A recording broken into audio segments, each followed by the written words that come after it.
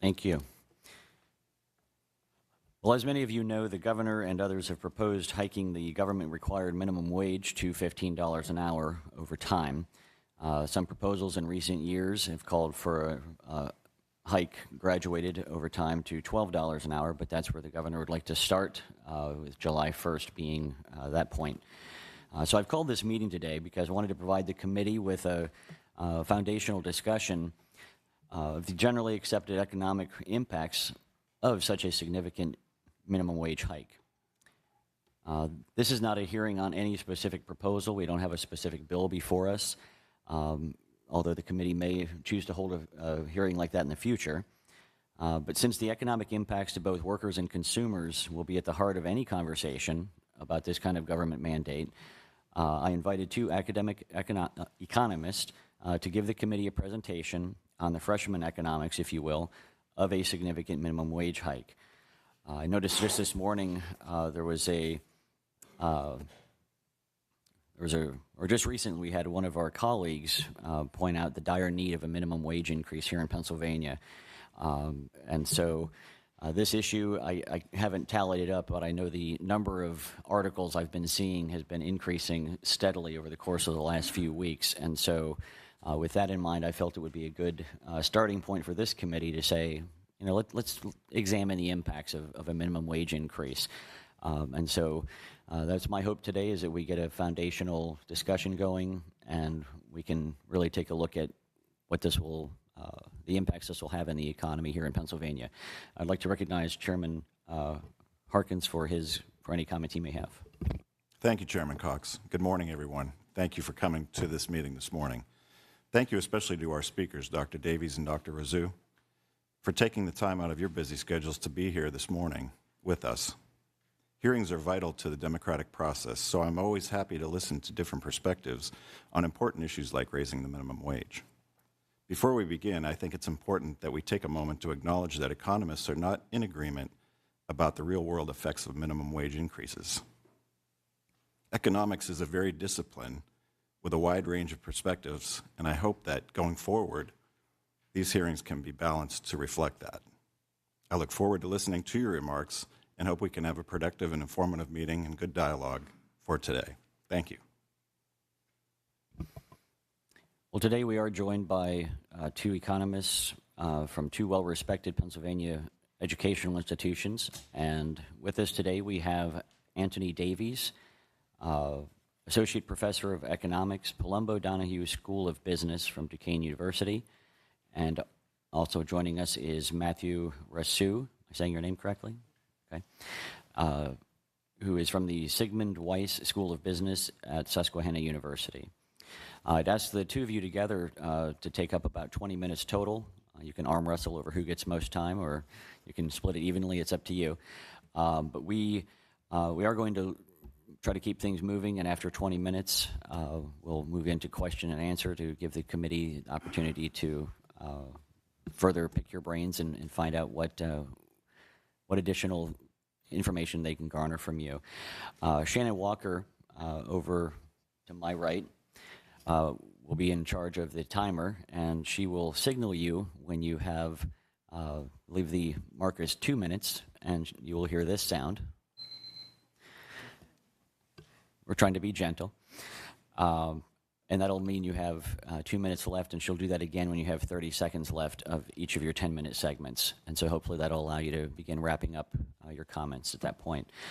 So I do want to join Chairman Harkins in thanking you for attending today. Thank you for making the trip here. And we appreciate the willingness to share what you've garnered over your years of education and educating many of our colleagues and our students here in Pennsylvania. So with that, Professor Davies, would you like to start?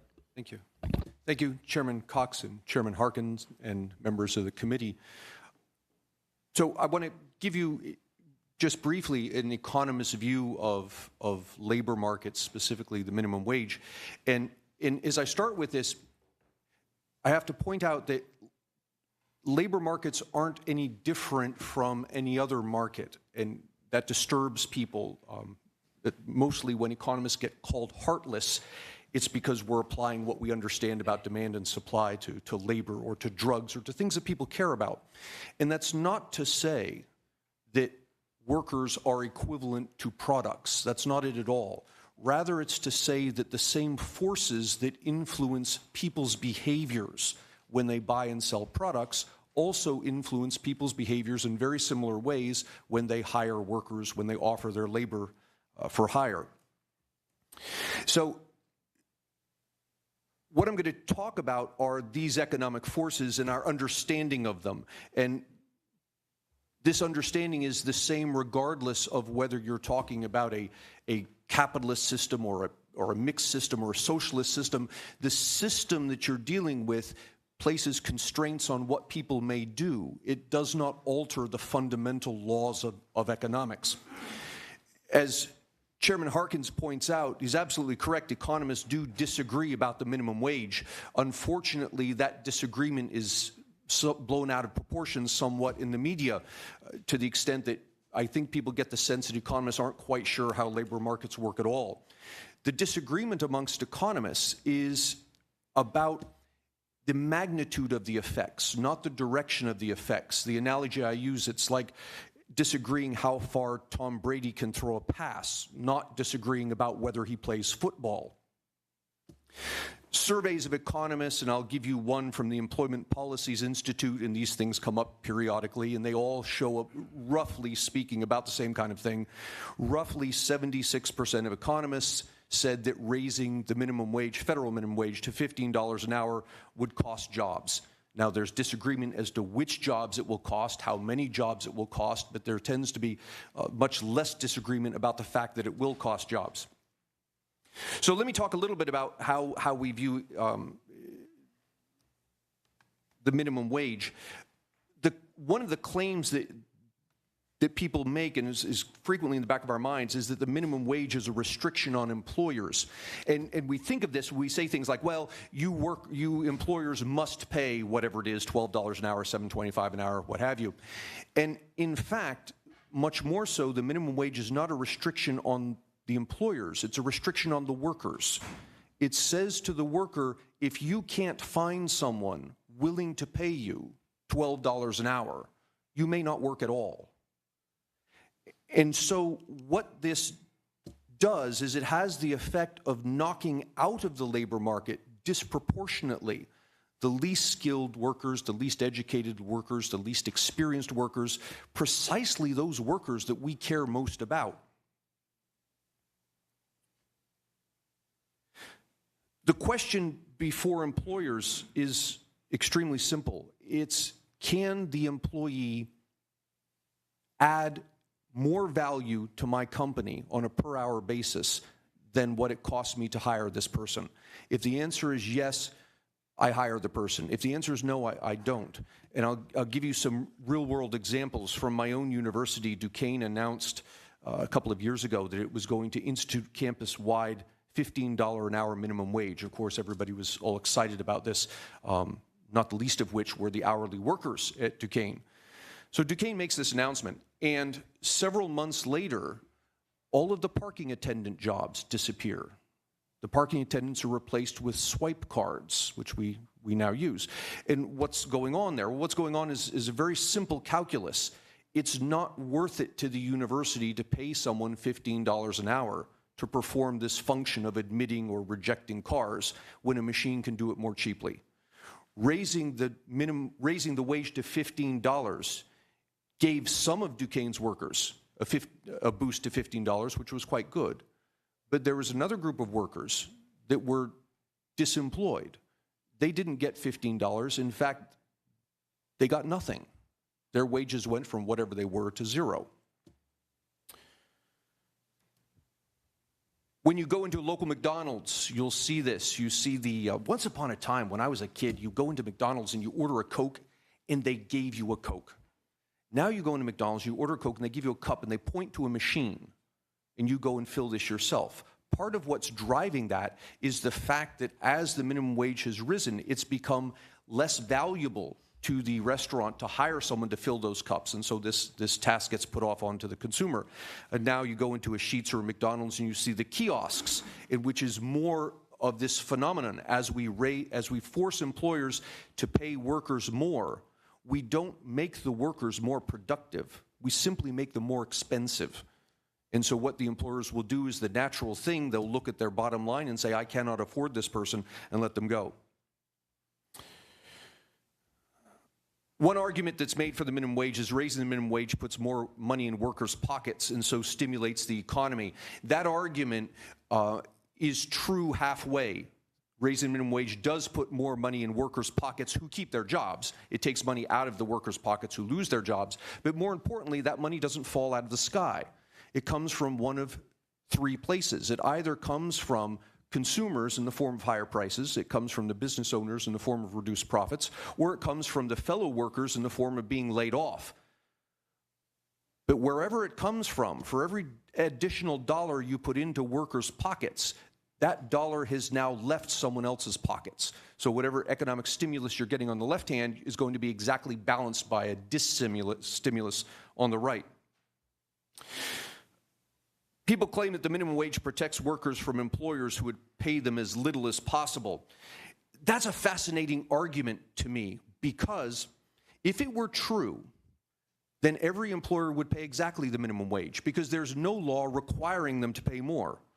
In fact, in Pennsylvania, 99% of employees earn more than the minimum wage. So this raises the question, if 99% of the employees are earning more than the minimum wage and there's no requirement that they be paid more than the minimum wage, what is it that's boosting wages? And the thing that's boosting wages is the value of the labor. The more valuable the workers' labor is, the more businesses will compete for those workers and bid their wages up. There have been some studies recently indicating that raising the minimum wage actually makes workers more productive by reducing turnover, increasing diligence, and there's some logic to this. If you're being paid $15 an hour for a job, you're much less likely to slack off than you would be if you were earning $7.25. That is, the cost of losing that job is much higher. So this was an interesting argument to economists, and we've done a number of economists have done some studies on this, and what we found is something fascinating. Raising the minimum wage appears to increase average worker productivity. It increases average worker productivity not because it makes workers more productive, but because it gives employers an incentive to lay off the unproductive workers. And so you're left with an increased average productivity because you have precisely disemployed the less productive workers. So a couple of closing comments. First, don't confuse a minimum wage with a living wage. The minimum wage is what we'd expect someone with no job skills and no work experience to obtain. Certainly, it's not reasonable to expect that a 16-year-old with little life experience or job experience should be able to earn enough to support him or herself. Rather, this is someone who we need to get into the workforce as quickly as possible to start building up the job experience to build the value so that the person does become able to earn enough to support him or herself later. And you see this if you look at the data. Half of minimum wage workers in Pennsylvania actually live in families with incomes exceeding $50,000. More than 90% of Pennsylvania minimum workers do not have dependents. Not in every case, but in the vast majority of cases, minimum wage workers in Pennsylvania are not people who are raising families. They're entry-level workers who are trying to get their first steps up the job ladder. With respect to a $12 minimum wage, of Pennsylvanians who earn less than $12, they earn an average of $10. So raising the minimum wage to $12 in Pennsylvania will likely raise labor costs by about 20%. And that will fall mostly on these workers that we care the most about, the least skilled, the least educated. Those are the ones that the business, when strapped for cash, is going to turn to and say, we can't afford to employ you anymore. Thank you. Thank you. And we're not going to take questions at this time. We'll hear from Mr. Rousseau, and then we'll take questions beginning after that. Great. Thank you. I really appreciate the invitation. I'm excited to be here today. Before discussing, and we discussed our roles, I'm discussing a little bit of what the recent research will say and some of the effects of looking at the data. But I think it is crucial that the committee understands how minimum wage economic impact studies are structured. The way that these studies are structured is every single one of these studies starts with an initial assumption that the minimum wage will have no impact on employment. None. It's an initial starting assumption on the studies. What the study then tries to do is find enough evidence to reject the initial assumption. If you've taken introductory statistics, you might remember a null and an alternative hypothesis. That is what these do. So there's a null hypothesis that there's no impact, and you need to find evidence overwhelming enough to say, yes, indeed, there is an impact. But I think this is a really important distinction, because if a study comes out that indicates the minimum wage was not shown to have an impact, it's very careful that that's all it did. If the study indeed instead says, oh, we found the minimum wage had no impact, that's somebody who doesn't quite understand the statistical implications, because really all that they did is they didn't find enough evidence to overrule the initial starting hypothesis, or is kind of playing a little bit fast and loose with the facts. David Newmark, who literally wrote the book on minimum wages, indicates recent research using a wide variety of methods to address the problems of comparison states. It confirms earlier findings of job loss, coupled with critiques of the methods that generate little evidence of job loss. The overall body of recent evidence suggests that the most credible conclusion is a higher minimum wage results in some job loss for the least skilled workers, with possibly larger adverse effects. I'm going to look a little bit at Seattle, as Seattle's kind of a well-known public case. They raised the minimum wage to $13 an hour a couple of years ago, and just increased it to $15 an hour, and actually more for larger companies. When the minimum wage increased to $13 an hour, and if you have the report, there's a chart in here from economist Mark Perry, you'll see that there was an 11,000 person job loss in the city of Seattle. That's actually about equivalent to the loss that city had during the Great Recession. Now, that's just the raw data. The raw data can be confounded with a number of factors. So there's been teams of economists, a team of economists from the University of Washington has actually studied this in pretty great detail. Several studies published to the National Bureau of Economics Research website has examined this. In one of the papers, these scholars from the University of Washington write, we conclude that the second wage increase to $13 reduced hours worked in low-wage jobs by 6 to 7%, while hourly wages in such jobs increased by 3%. Consequently, total payroll for such jobs decreased, implying that the ordinance lowered the amount paid to workers in low-wage jobs by an average of $74 per month per job in 2016. And this is crucial because discussed that a minimum wage can increase the wage for some people who retain their jobs, as Dr. Davies had said. The weight of the evidence is on the average of low-wage workers. What this study found is, on average, these workers are actually making less because the hours cut were so drastic. We're 6 to 7% versus the 3% increase. Now, they have another body of literature, and in a different paper, they tracked individuals. So they did individual tracking. And what they found on this one is the minimum wage increase from $9.47 to as much as $13 per hour raised earnings by an average of $8 to $12 per week. The entirety of these gains accrued to workers with above medium experience at baseline. Less experienced workers saw no significant change to weekly pay. Now, they go on to write in this, though, much of this approximately $10 per week increase came to workers who started to have to commute outside of Seattle. And if you start to think about commuting costs, it does not take much for the opportunity cost of one's time and also the actual travel expenses, the monetary expenses, to easily exceed a $10 per week additional cost. Further, this team writes, there was a significant reduction in the rate of new entries to the workforce. So those who weren't currently working a job found it tough to enter in and get that initial job. Overall, the evidence from Seattle's increase in the minimum wage, the impact on those working low-wage jobs ranges from slightly positive to those who had a job and were able to retain it to overwhelmingly negative.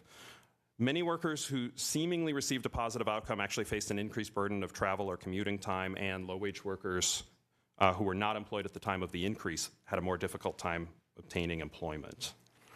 In terms of the prices, how could minimum wage affect consumer prices?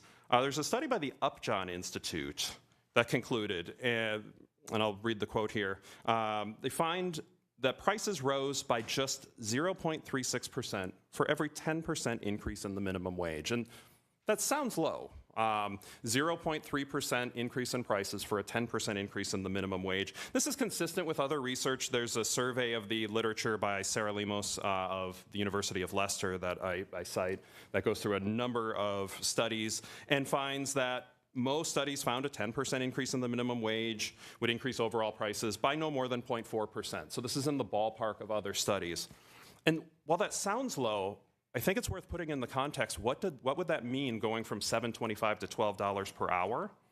So if there's a 0.36% increase in prices for a 10% increase in the minimum wage, if this holds linearly, a minimum wage increase from $7.25 to $12 an hour is 65.5%, which would mean Pennsylvania prices would increase by 2.36%.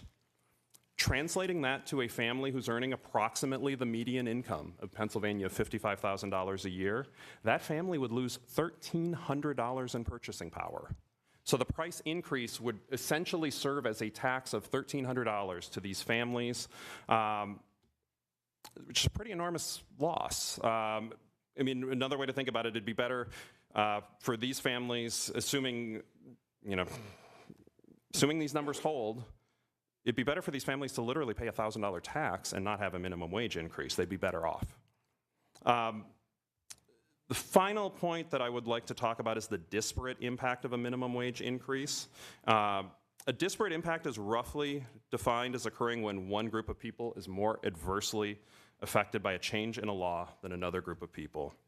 And it is worth considering how minimum wage laws impact black workers disproportionately, especially since the origins of minimum wage laws have often have been passed by those with racist intentions. For example, railroad workers helped pass a minimum wage law which was celebrated by getting rid of, and I'm putting quotes here, the incentive to hire black workers. We also find racism at the heart of other minimum wage laws. Thomas Sowell, senior fellow at the Hoover Institution at Stanford University, writes, in 1925, a minimum wage law was passed in the Canadian province of British Columbia with the intent and effect of pricing Japanese immigrants out of jobs in the lumbering industry, and that in South Africa during the era of apartheid, white labor unions urged that a minimum wage law be applied to all races to keep black workers from taking jobs away from white unionized workers by working for less than the union pay scale.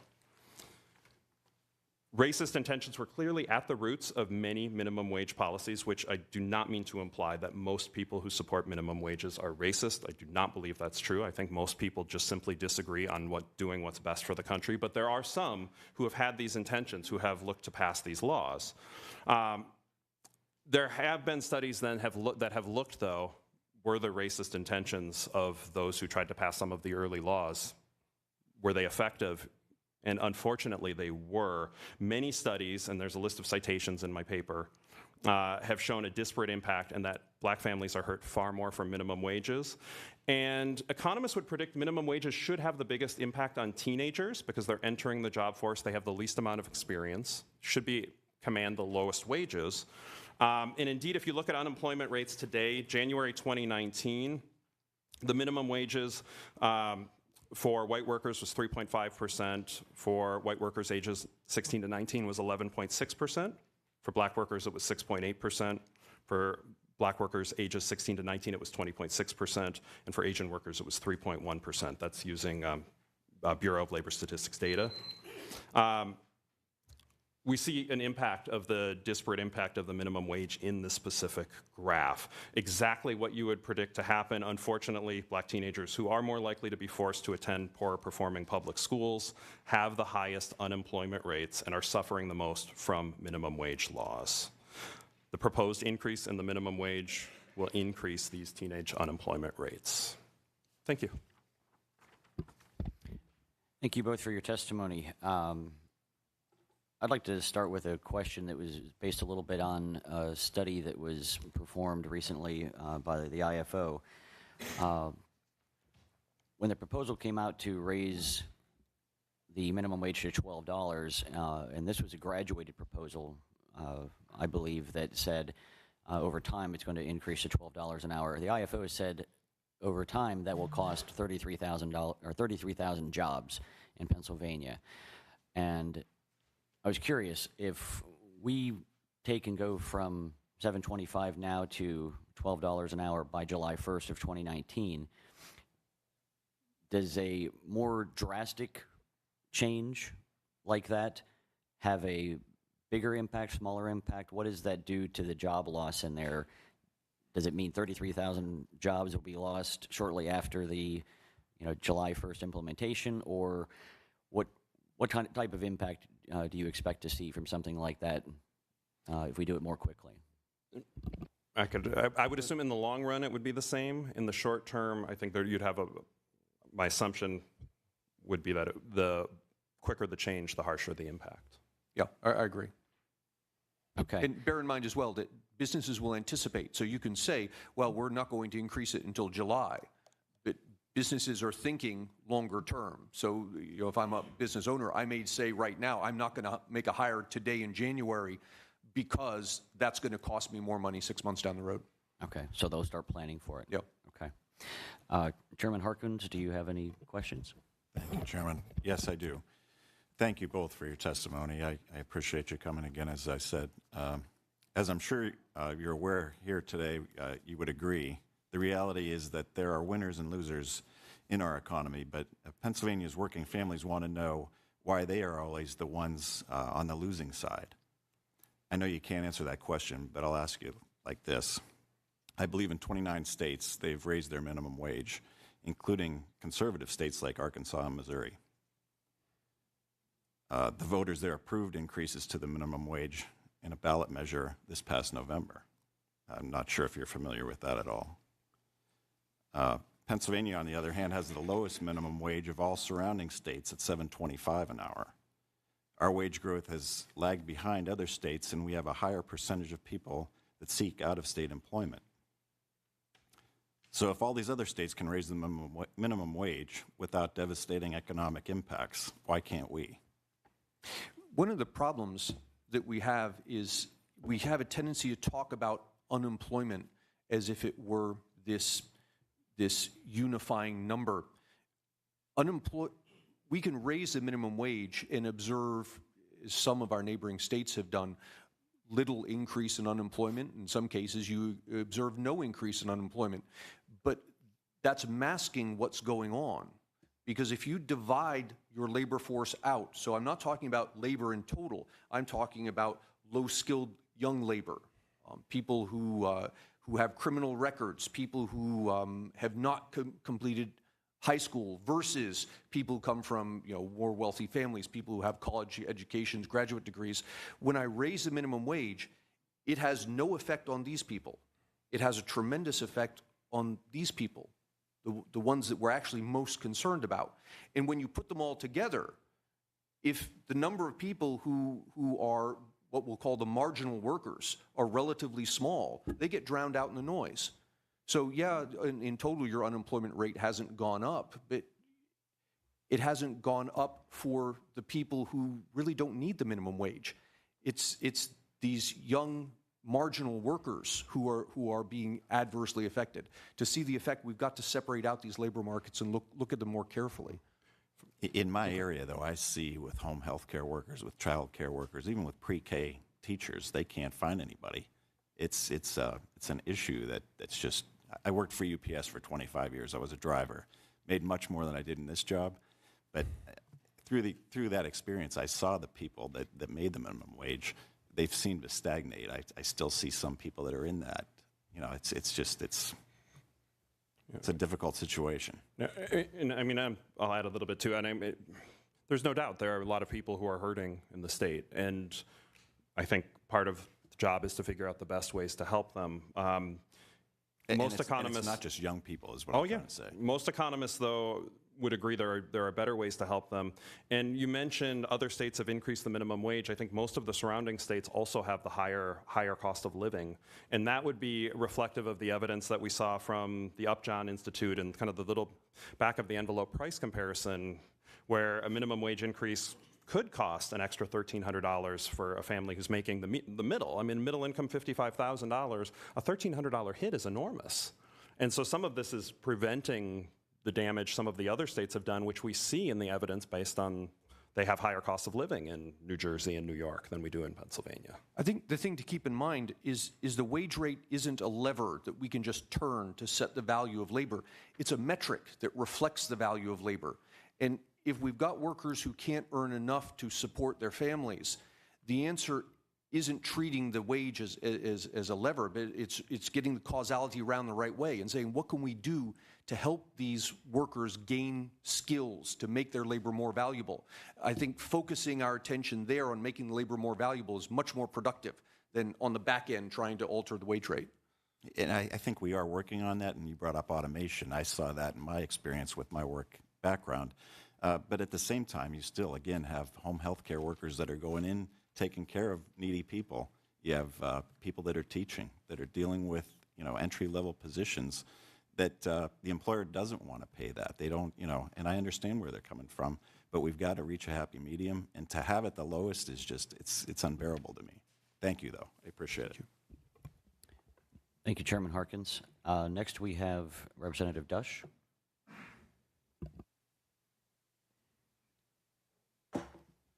Thank you, Chairman. Thank you, gentlemen.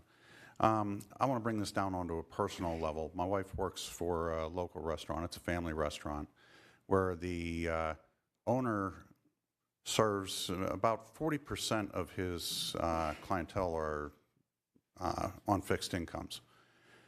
One of the proposals that's come from the governor includes increasing minimum wage for the tipped staff, right alongside of at the $12, $13, whatever. You're not talking about a 10%, or you're talking hundreds of percents, several 100% increase in those wages. Now, there is absolutely no way that that restaurant can ask that clientele who are working or who are on a fixed income to come up with that extra money. He's already told me if the day that passes is the day that he actually starts closing the doors. How do you address those families, the people who are in those types of businesses? Well, first of all, from your sphere, how big of an impact is that going to be statewide? With our aging population, especially in Pennsylvania, I think we're number 2 in the nation. People living on fixed income. How much more of a dramatic effect will it be on businesses such as that?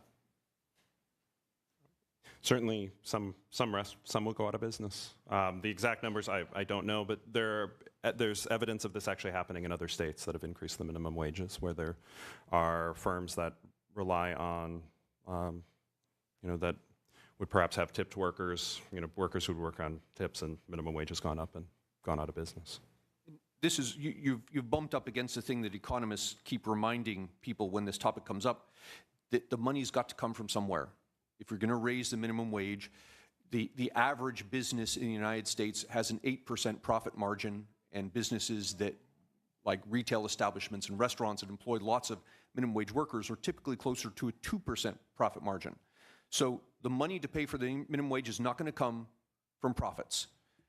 To an extent, it can come from raising prices on consumers, but then you have 2 problems. One is the one you addressed, is maybe my consumers just can't afford to pay more.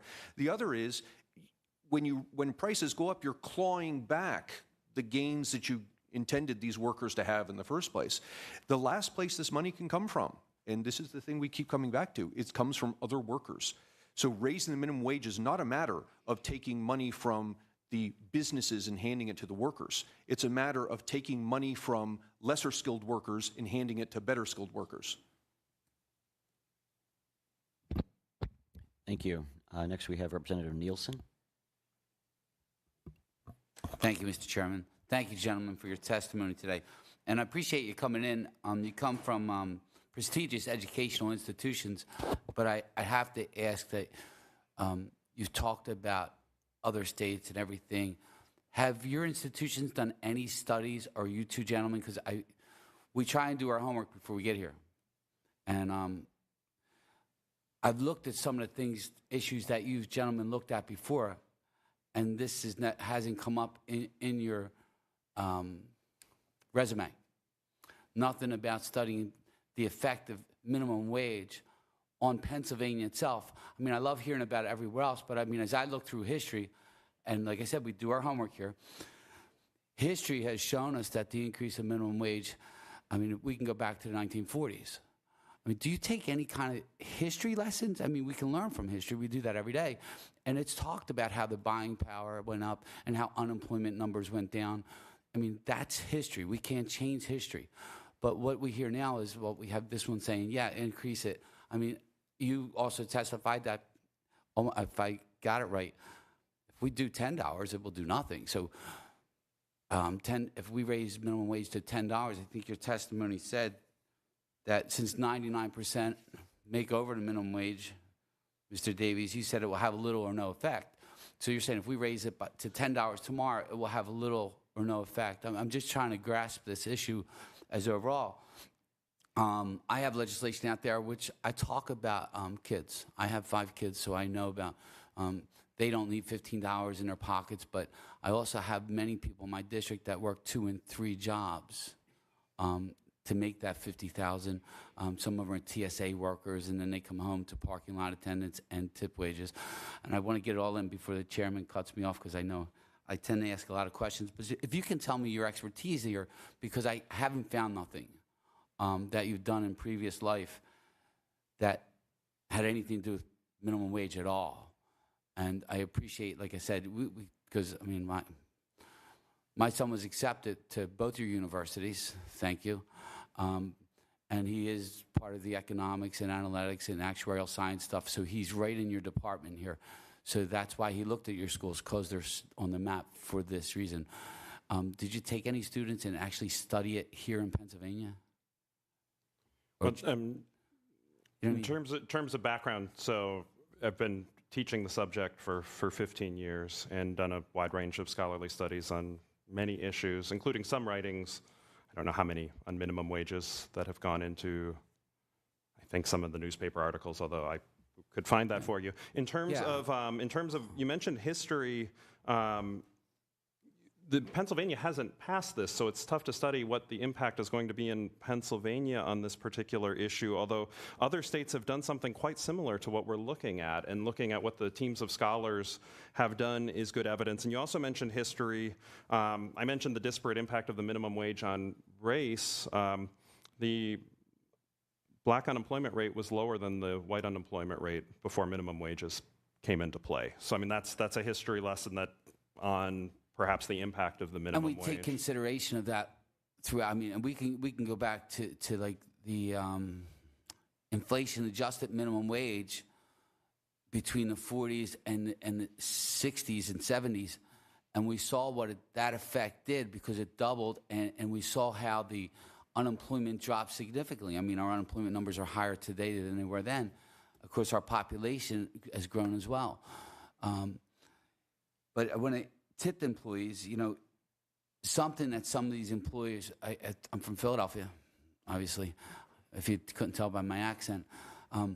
A lot of our new restaurants are now paying their employees above tipped wages, therefore not to have to go into, I mean, that's something they're doing now. And they're saying this, we'd rather pay our servers and our bartenders more and not even allow them to accept tips, but almost tripling the minimum wage.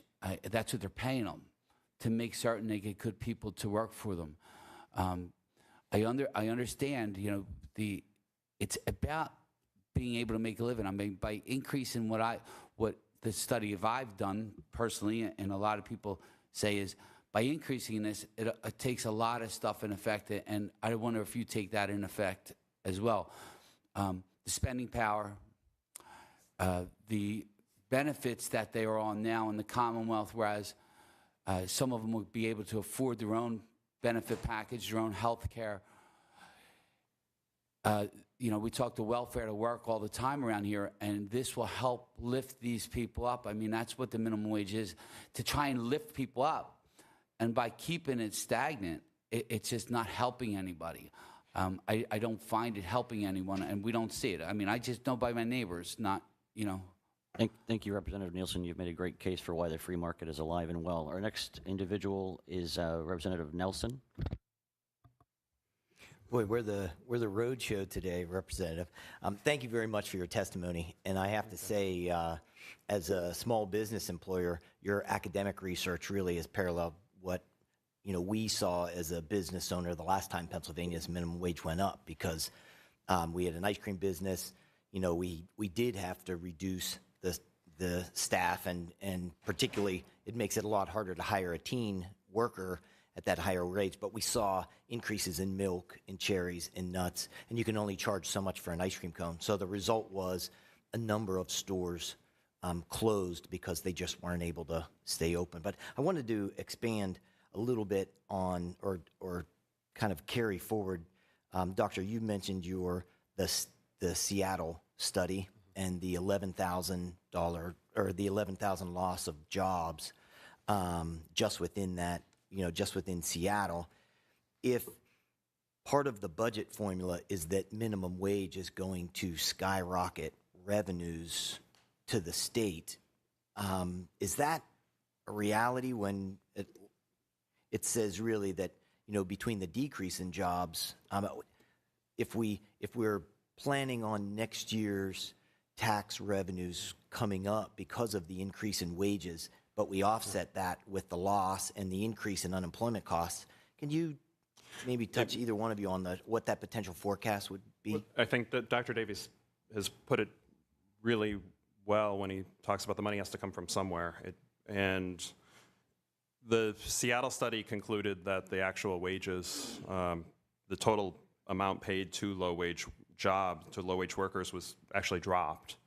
So that could, based on the evidence from Seattle, it seems like it could actually be lower from there, but from that piece of evidence. But the money has to come from somewhere, whether it's higher prices to consumers, whether it's a loss in jobs. I wouldn't expect it to have an overall big impact one way or another on the net payrolls, but I'd let Dr. Davies expand.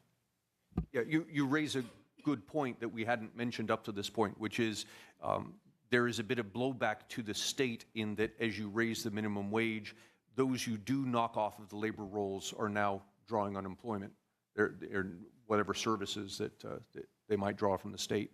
That increases the cost to Harrisburg. Thank you. I want to remind the members, we've got about 7 members yet who'd like to ask questions. So if we could, and I'm not picking on you, Representative Cephas. You know better. That's right. He did not yield his time to you. So Thank you, Nelson.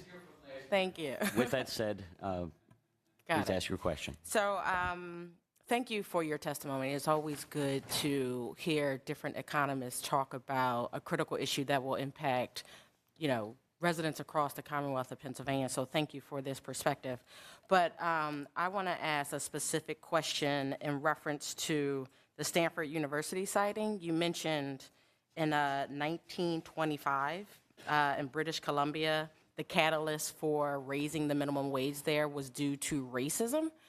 Would you have, are there any current studies, probably within the last decade or two, that would point to racism as a catalyst? I could try to look these up. This study, this writing was from Dr. Sawal from 2013, looking historically. I could try to see what there are. I doubt there are. I don't think most people, and I think most people in this room, I think everybody in this room, all wants the best thing for Pennsylvanians. We just disagree on what the best thing is, and that's why I really appreciate the dialogue here.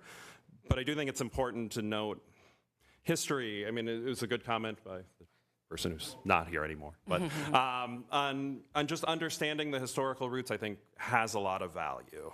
Okay. Now, what would you say those historical roots? How does that play in today's conversation? Well, I think the way it plays in is there's a disparate impact in the impact on the minimum wage, and the individuals who did have racist intentions.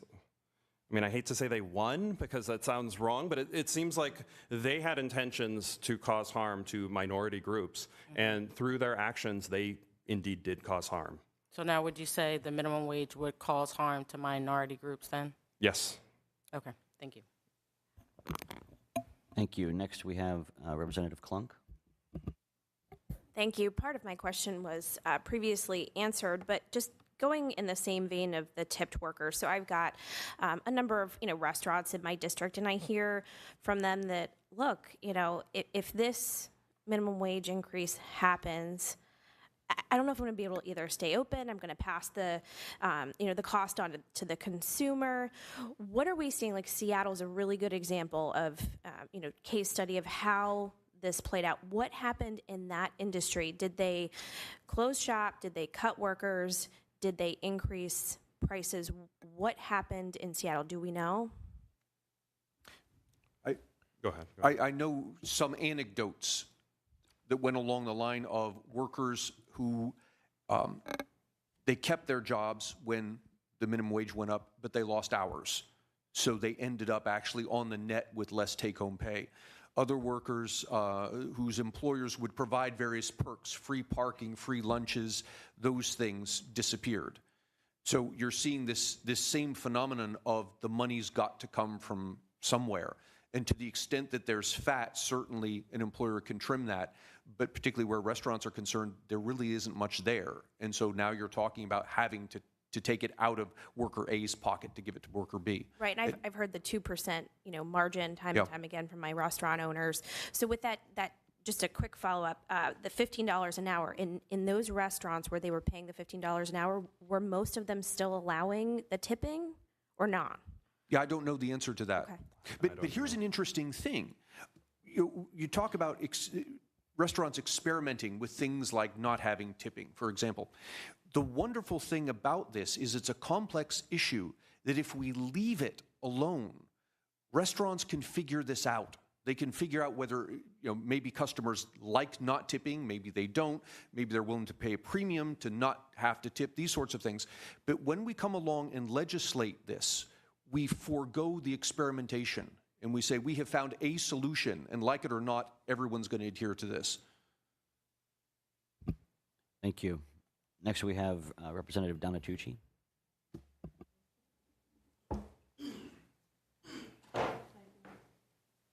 Thank you, Mr. Chairman, and thank you, gentlemen, for being here today.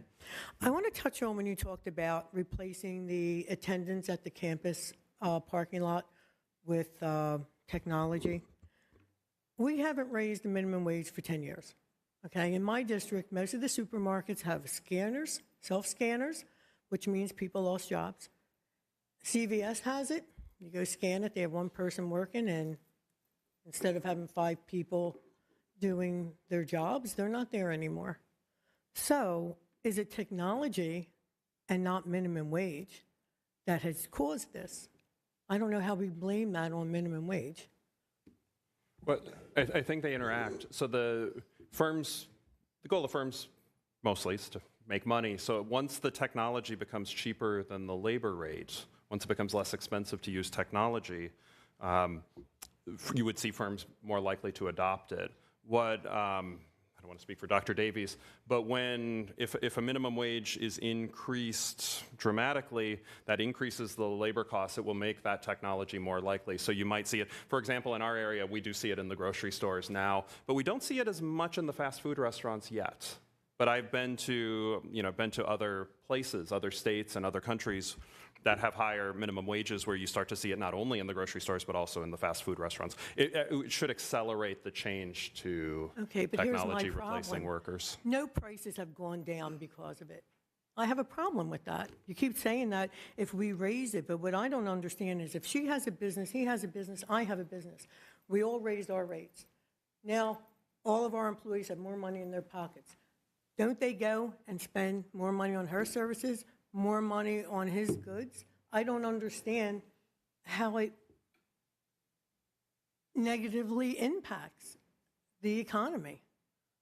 The more money they have in their pockets has to come from somewhere.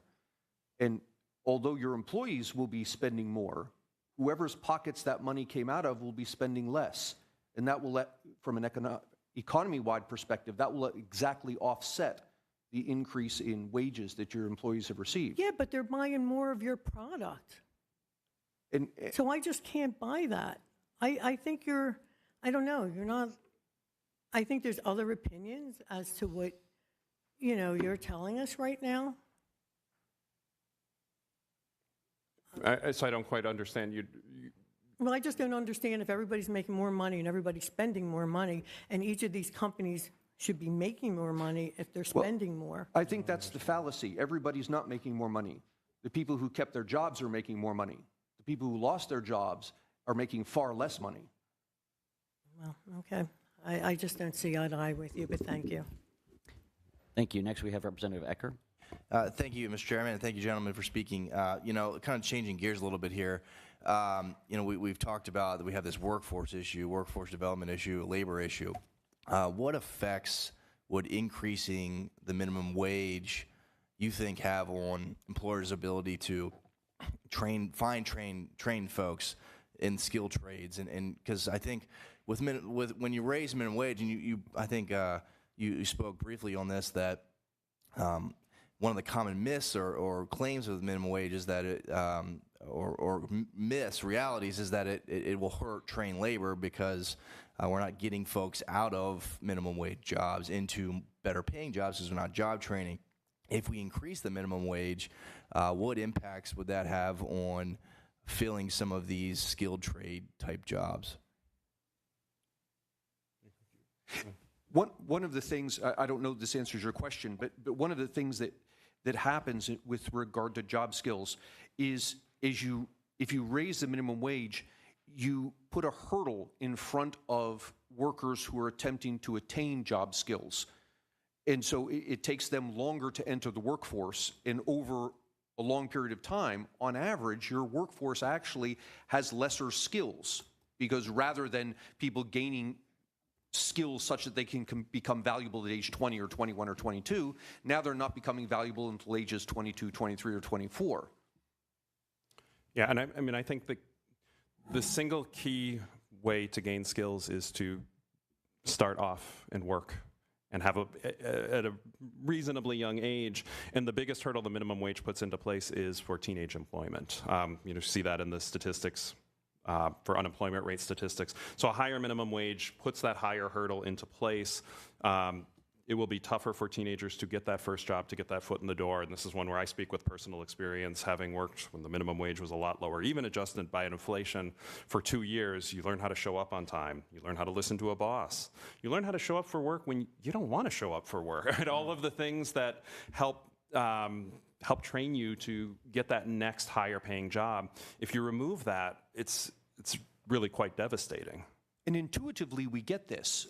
People talk about the catch-22 of you can't get a job without experience, you can't get experience without a job. The minimum wage is what causes that catch-22. Thank you. Thank you, Representative. Next, we have Representative Kruger, and we have 2 people after that. Those will be the last 2, and we are closing in on, it's 10:55 now. We'd like to wrap up and allow members to be able to get to the floor. So appreciate your interest, and go ahead with your question. Thank you, Mr. Chairman, and I will go for brevity. Thank you, gentlemen, for joining us here today. One of you mentioned at the beginning of your testimony comparing workers to products. And I want to make sure when we're talking in this context, the Labor and Industry Committee, workers are not products, workers are people.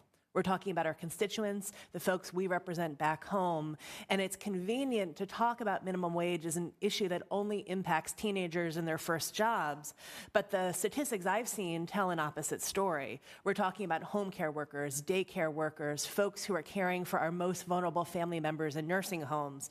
The statistics show that in Pennsylvania, over 60% of minimum wage earners are women, and over 80% of folks earning less than $10.10 an hour are over the age of 20. So these are not just teenagers we're talking about.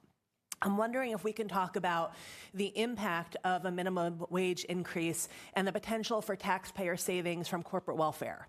There was an analysis done a few years ago when there had been a proposal to raise the federal minimum wage to $12 that showed in Pennsylvania alone we could save $256 million in SNAP benefits, because if workers are earning a fair wage, then they don't need taxpayer-funded food because they'll be able to support their families on their own. So have you done any analysis on the cost savings to taxpayers by reducing things like SNAP benefits, Medicaid, et cetera? The big issue, so those who would have their wages increased could have a decrease in those types of benefits. First of all, I completely agree. I mean, you mentioned corporate welfare. Anything that this body would do to decrease corporate welfare, I'd be 100% on board with that. We agree. Off topic. But the those who would not lose their jobs would indeed be less likely to be receiving government benefits. It would reduce Harrisburg's payroll, or reduce the payroll. And that would be a net positive for those who keep their jobs and keep the same rate of keep the same number of hours. Unfortunately, there's a lot of evidence that shows that a number of people won't keep their jobs. And from the Seattle study, right, the offset was actually that the total wages to lower wage workers dropped. And if indeed that happens, then the minimum wage increase could actually cause the government to pay out more in benefits if the job losses exceed the wage gains. So I'd love to see that data because, Mr. Chairman, I know we'll be looking at this issue a lot over the course of the session. American Sustainable Business Council had a study that showed that the majority of small business owners actually support a minimum wage increase because it would level the playing field with big corporations and actually reduce corporate welfare. So I think we should keep looking at this data, and thank you, Mr. Chairman. Thank you. Our second to last question comes from Representative Keller. Thank you, Mr. Chairman, and thank you, gentlemen, for being here today. I guess one thing we should all understand is that not increasing the minimum wage also increases anything that's attached to that wage, Social Security tax and so on. The question I have, has anybody, or can anybody just briefly explain, once wages are increased and everything levels out in the economy, does that person really have any more buying power than they did? And what are the effects on the people that are just above where you place that minimum wage? Yeah, that's a good question, and the answer is it varies. Raising the minimum wage is going to increase the cost of things that intensively use minimum wage labor. So you can expect restaurant prices to go up, for example. So people who spend their money on goods that are manufactured or delivered largely by minimum wage labor are going to see their cost of living go up. And if I could just say, like grocery stores, hardware stores, those kind of things, things you need. Right. Yeah, and I mean the data showed on the increase, you could have people who, if you have dual income house earner, both earning about $15 an hour, they earn about $60,000 per year. Based on the price increase estimates that are associated with minimum wage increases, if the proposal from $7.25 went up to $12, they'd lose $1,300 in purchasing power based on price increases, approximately. And that would impact some of our people on fixed incomes then also, because they wouldn't see that increase. That's an enormous increase. Yeah, thank you. Thank you. And our last question comes from Representative Miller, and we are already at 11 o'clock, so thank you. Thank you, Mr. Chairman. We do talk about the fixed income retirement colas and things would be helpful, especially as people are living long and a bunch of seniors are taking minimum wage jobs, having to take minimum wage jobs in a bunch of the sectors that you've already referenced. Gentlemen, just so I understand real quick, in your economic view, minimum wage should exist, should not exist? Give me quick, because I got to keep moving. Should not exist. Should not. Sir? Yeah, I think I'd have to say the same. Okay, so both of you, I appreciate both of you come from the perspective that the minimum wage should be eliminated, or I don't want to say eliminated, but would you say eliminated? Or yeah, let me say it a little bit better. I come from the perspective that my labor belongs to me, and the state has no business telling me I may not work if I can't find someone willing to pay me $12 an hour. Yeah, no, appreciate it. So obviously, though, you would also recognize that our country has moved a different way. So we clearly have had a minimum wage established for decades. We also outlaw child labor. We also put in work requirements as far as overtime and so forth. I'm imagining that you're not against those? No, I'm not. But if you look at the history, for example, child labor in this country was eliminated a full decade before Congress ever acted. Great. Probably should have been sooner. Right, yeah, that's great. All right, so yeah, right. Okay, so you're not against those, but the minimum wage in the economic analysis that you do things. Yeah, I think perhaps a better way to phrase this is, look, the minimum wage isn't costless. Right. If you raise it, yes, sure. some people will benefit, some people are going to. And I appreciate, because I think your testimony at times have gone back and forth between recognizing that there is some balance, and I've heard a couple things that come into play. I guess my question is this. Now, obviously, with respect to the chair, we've heard today from two people who, respectfully, they believe that, you know, the minimum wage should be gone in one way or the other. Fair enough. Now, obviously, today, we're not hearing from an economist who would perhaps consider the other side, right? So just since I'm not given the opportunity to hear from that today, I'm wondering, though, because I know you're talking about not $12 and $15 proposals and so forth. The chairman had mentioned that we're not really focusing on any proposal. So let me ask you this. Knowing that you come from the position that you would prefer the minimum wage not to be there, knowing that the economy, according to what we heard last night, is firing on a lot of cylinders, and we are seeing some upticks, right? Positive stuff. What conditions would you see that would warrant an increase in minimum wage ever? So I think the better way is to have wages rise is for the economy to be ticking on all cylinders. For example, in my area, the local grocery store is offering teenagers $9 an hour, and the local stores are offering $12 an hour. And so, and if I can, I know I'm cutting you. I apologize. So you generally would say, look, no matter what, don't raise it, right? Thank you. I know I'll put my words in your mouth. If firms had, actually, the way that I would say, if firms had, if you're dealing with far more monopolies, where firms had enormous monopoly power, but where the firms are making enormous profits, there is a case where I could argue for a minimum wage. Right. We just don't see that in this country. Thank you, and I know we got to go. Agreed. Same. Mr. Chairman. Thank you. And I would like to thank you both again for attending and for the testimony you've offered.